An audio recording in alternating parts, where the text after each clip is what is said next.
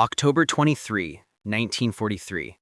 Somewhere in the North Atlantic, aboard a converted Liberty ship, Hauptmann Friedrich Miller stands at the rail, hands gripping cold steel, watching the gray waves roll past. 3 weeks ago, he commanded a panzer company in Tunisia. Now he is cargo, one of 400 German prisoners bound for America. The other men crowd the deck despite the autumn chill, straining for their first glimpse of the continent they had been taught to dismiss as soft, decadent, a mongrel nation of jazz and gangsters incapable of true sacrifice. Miller has seen American soldiers fight. He respects their tanks, their artillery, their inexhaustible supplies, but he still believes what every man on that ship believes, that Germany's strength lies in its discipline, its culture, and its proper ordering of society, that a nation of women in kitchens and men at machines will always outproduce a confused society that has abandoned natural roles. As the Statue of Liberty emerges from the morning fog, he cannot know that the sight waiting for him beyond the harbor gates will shatter his understanding of industrial warfare more completely than any battle he survived. The Third Reich built its economy on rigid social hierarchy. Women belonged in the home, tending to children, preserving Kinder, Küche, Kirche, children, kitchen, church. This was not mere tradition, but ideology elevated to state policy. While German men marched east and west, German women were expected to maintain the domestic sphere, to breed the next generation of soldiers. Some worked in factories, yes, but always in limited roles: light assembly, textile production, clerical tasks. The regime's propaganda celebrated the mother as national heroine, not the factory worker. Even as the war consumed millions of men, even as production demands became desperate, Hitler resisted total female mobilization. It would be unseemly, unnatural, and a mission of weakness. America made a different calculation. November 1943. Camp Concordia, Kansas. The trains arrive carrying German prisoners for agricultural and industrial labor assignments. The first shock is the landscape itself. Endless fields heavy with wheat, grain elevators rising like cathedrals, farms with machinery German peasants would consider extravagant. But the second shock, the one that appears in letter after censored letter, in diary after confiscated diary, comes when the prisoners are transported to work sites in nearby towns. At the Douglas Aircraft Plant, at the Ford Willow Run Factory, at the Kaiser shipyards, places where they see, for the first time, American women operating hydraulic presses, riveting bomber fuselages, reading blueprints, welding steel plates, running entire assembly lines while male supervisors walk the floor taking notes.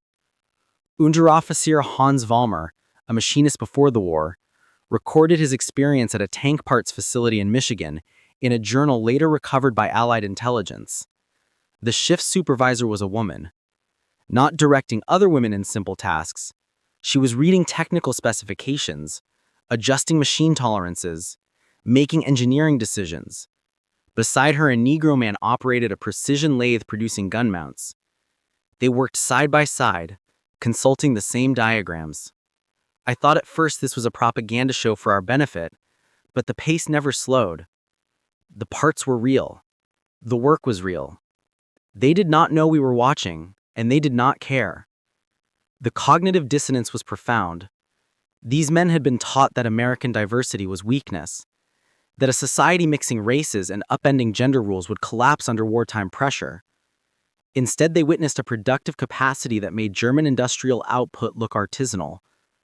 At the Willow Run plant alone, women comprised over 40% of the workforce, assembling B-24 Liberator bombers at a rate of 1 per hour at peak production. 1 per hour.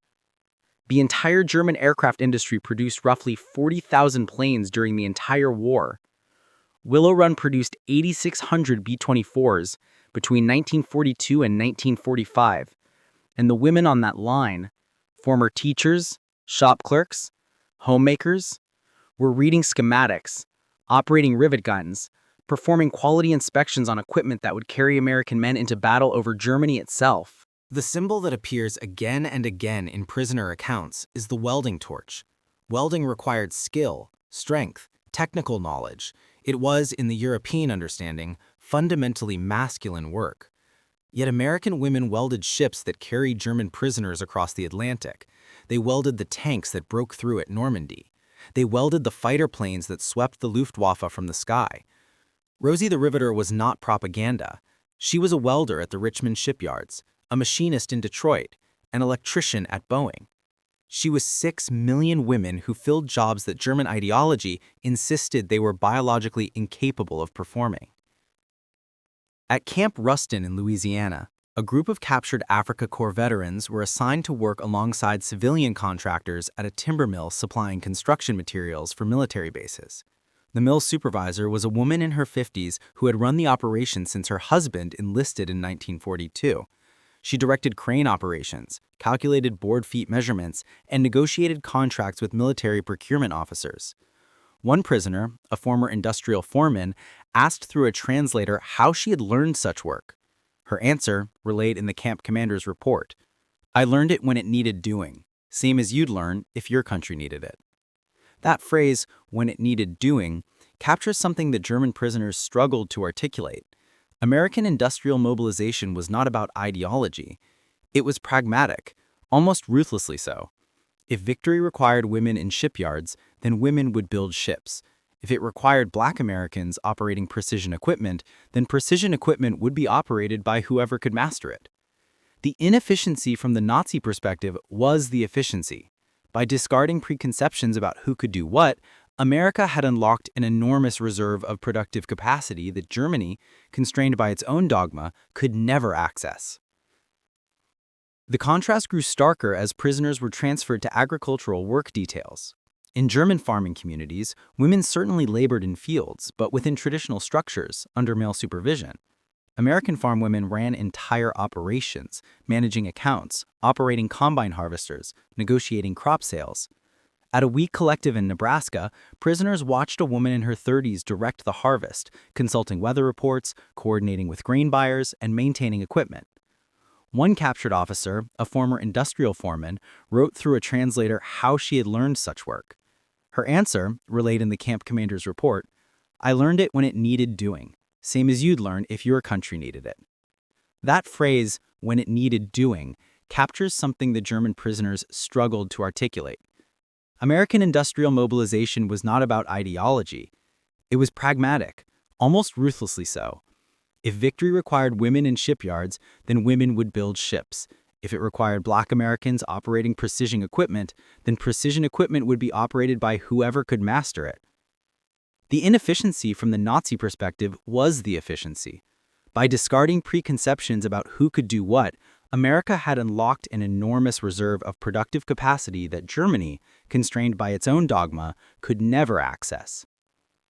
By 1944, as more prisoners arrived from the Western Front, the reports became more detailed and more unsettled.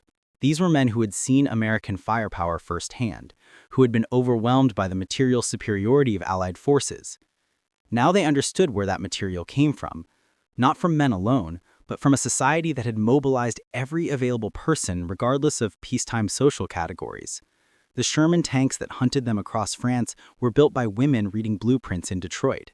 The ammunition that killed their comrades was assembled on lines where women operated presses and inspected shell casings.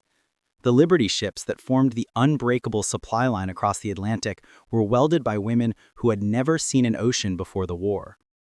There exists a letter, intercepted by camp censors, from a prisoner named Georg to his wife in Hamburg. You must understand, the America we were told about does not exist. Or perhaps it does, but it is not weak. Their chaos is a kind of strength. They do not care who does the work, only that it gets done. While we have debated the proper role of women, they have put women in factories and produced an ocean of war material. I think now we were never fighting American soldiers, we were fighting American production. And the women here are part of that machine, as essential as any gear or piston. The psychological impact on German prisoners was a shadow of the larger truth.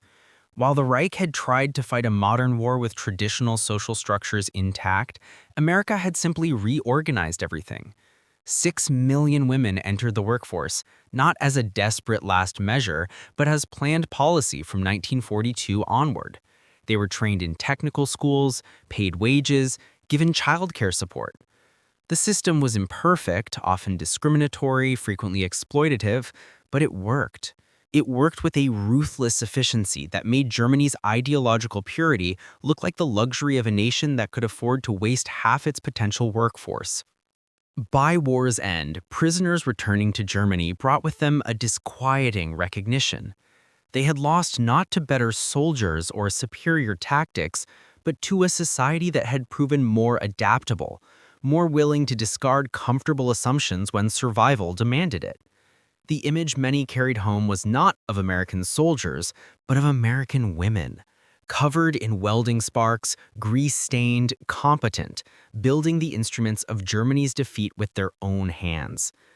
There is a photograph taken at a Boeing plant in Seattle in 1944 that could serve as epitaph.